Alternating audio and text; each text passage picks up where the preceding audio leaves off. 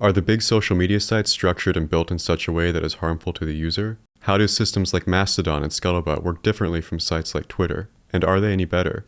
Are there any other protocols that operate differently than any of these applications? Well, our project, Polycentric, is a new social network and protocol being built here at FUTO. At FUTO, we develop technology and share knowledge to bring control of computing back to the people. But before I can explain how Polycentric works, I need to go over how the other protocols and applications operate. Let's begin with the status quo and how sites like Twitter and Meta work. Social media platforms such as Meta or Twitter have become increasingly controversial due to a multitude of events in which they have been shown to cause harm to their users. One of the main criticisms of these platforms is that they are all heavily centralized, meaning that a single company or organization controls all aspects of the platform, including the content that is posted, the algorithms that determine what users see, and the data that is collected about users. A number of instances have been uncovered where mainstream platforms have allowed the manipulation of public opinion by corporate entities, various forms of user data exploitation, and a litany of other abuses. These platforms have continually failed to adequately protect users' privacy. It has become commonplace for social media platforms to base their entire monetization strategy on the collection of personal data, generally without adequately informing users or obtaining their explicit consent.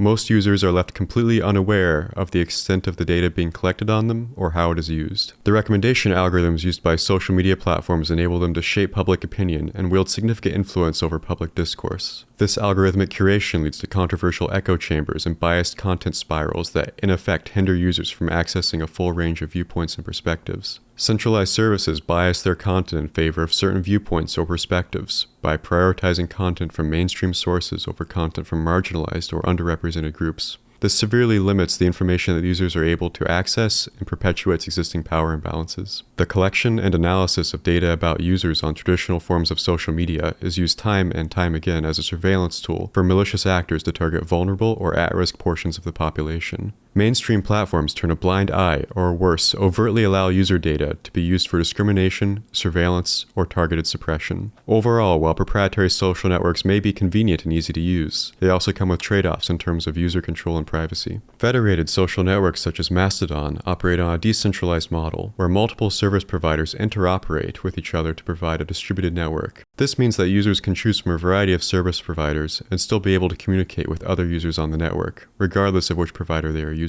An example of a federated system is email. There are dozens of large providers to choose from, such as Yahoo or Google, and they all interoperate with each other. One advantage of this model is that it allows for more competition and choice among service providers, which can lead to better services for users. It also allows users to choose service providers that align with their values or privacy preferences. Another advantage of the federated model is that it is more resilient to censorship or outages, as there is no single point of failure. If one service provider goes offline or is blocked, users can still communicate with each other through alternative providers. Overall, the federated model offers a more decentralized and flexible alternative to the centralized model used by many popular social networks. A disadvantage of the federated model is that it usually places high trust in service providers. A user's identity in the network is usually bound to the provider they choose. An operator may choose to shutter operations due to financial burden, fail to provide services via incompetence, or choose to stop providing services to a particular user. Switching identities or contact information is an expensive operation. Imagine losing access to your email. Your new address must be communicated through another channel and tediously updated everywhere it was used. In the case of social networks, this cost is even more extreme. An identity may have millions of followers, the majority of which would not survive the transition to a new account. Additionally, because federation is usually implemented without cryptographic guarantees, malicious servers may manipulate users' posts or even impersonate users. The server owns the identity. The user is merely granted access to it.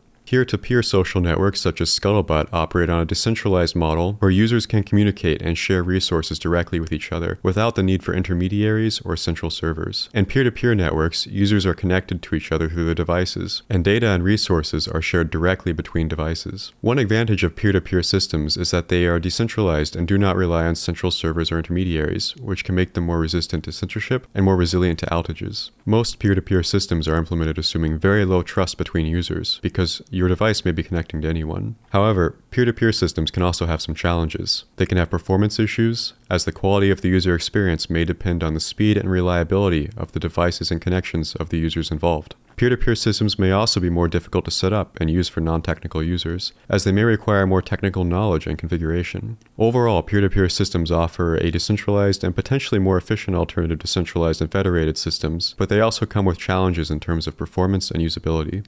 Immutable blockchain data structures are well suited for certain types of secure applications, such as those that involve financial transactions or the exchange of digital assets. We applaud the work done by the blockchain community to provide sources of funding to developers and entrepreneurs who may not otherwise have access to traditional channels of funding such as bank loans or venture capital. However, the consensus mechanisms used to validate blockchain platforms often render them inefficient for high-speed tasks. This consensus process involves multiple nodes in a network, verifying entries and agreeing on their validity before they can be added to the blockchain. This can take significant amounts of time, particularly if the network is large or there are a high number of changes being processed simultaneously. Even with currently established proposals to improve blockchain speed, it is still a largely incompatible solution for most applications geared towards low latency. The polycentric architecture offers very similar guarantees to those provided by blockchains, i.e., distributed data synchronization, validation of post-authenticity, and censorship detection, but at much lower computational overhead.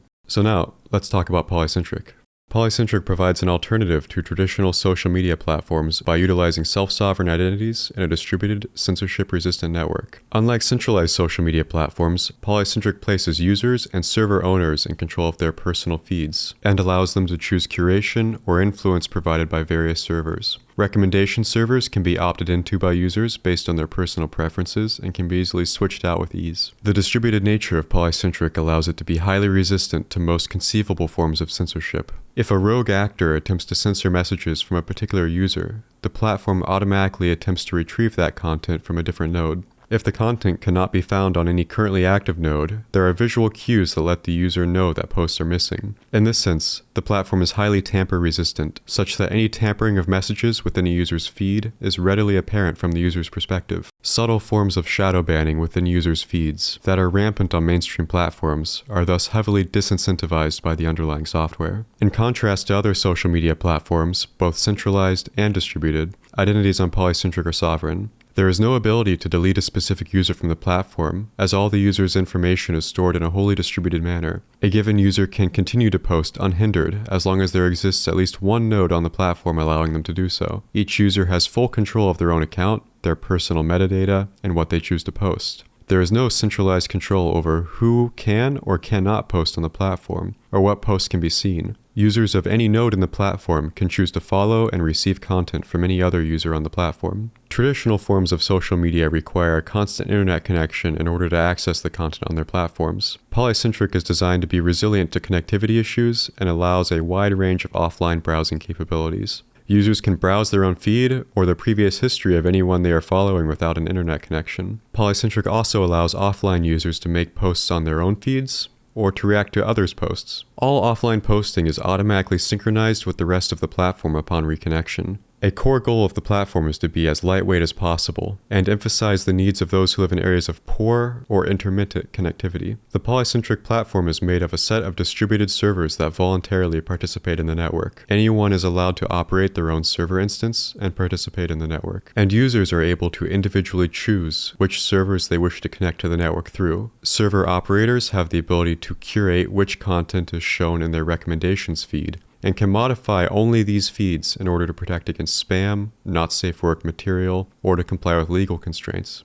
These specific feeds are the only material that the core protocol allows each server to curate for themselves. On Polycentric, each user has an identity secured by public key cryptography, which they fully control locally on their own device. The messages sent by a given user are cryptographically signed to ensure that each message has not been tampered with and is authentic. Cryptographic signatures, also known as digital signatures, are a common method for verifying the authenticity and integrity of messages. Any recipient of a given post can confirm that the message was actually sent by the user they were following, and that it was not altered in some way before being sent. Identities and keys used to authenticate and sign messages are controlled solely by each end user. The servers within the platform never have access to any of the keys controlled by the users. Upon receiving new messages through the synchronization process, for each message received, the client performs authentication checks against the signatures. These checks verify the authenticity of the feed, as mentioned previously, throw up a red flag if any posted content is missing or does not have valid signatures. Since these keys are controlled by each user individually, linking multiple devices and importing and exporting profiles can be done quickly and easily. Users on Polycentric have full control over their data and the ability to redact any prior posts. In a centralized setting, users must trust that the platform they are on will not arbitrarily delete or modify their posts. In cases where this potentially does happen on traditional social media, there is no indication that a redaction or modification of a posted message occurred.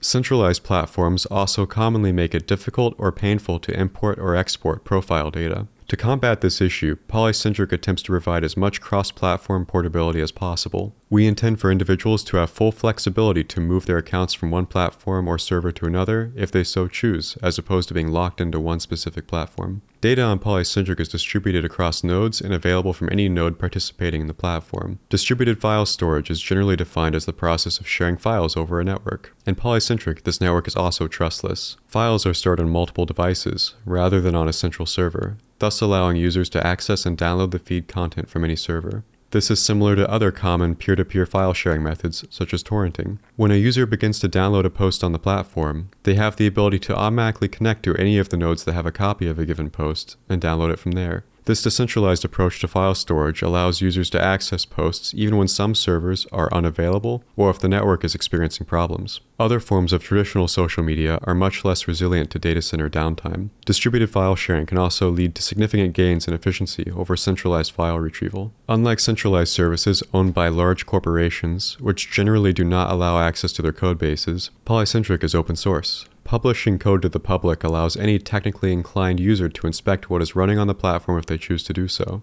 The code may be audited by any third party for errors or bugs, and modifications to the code can be proposed by the community at large. Any user can run their own test instances of the code to experiment outside of the main platform. If you are interested in Polycentric, you can jump right in at polycentric.io. No sign-up is required. And if you are interested in a more in-depth exploration, check out the documentation at docs.polycentric.io or the code at gitlab.futo.org/polycentric/polycentric.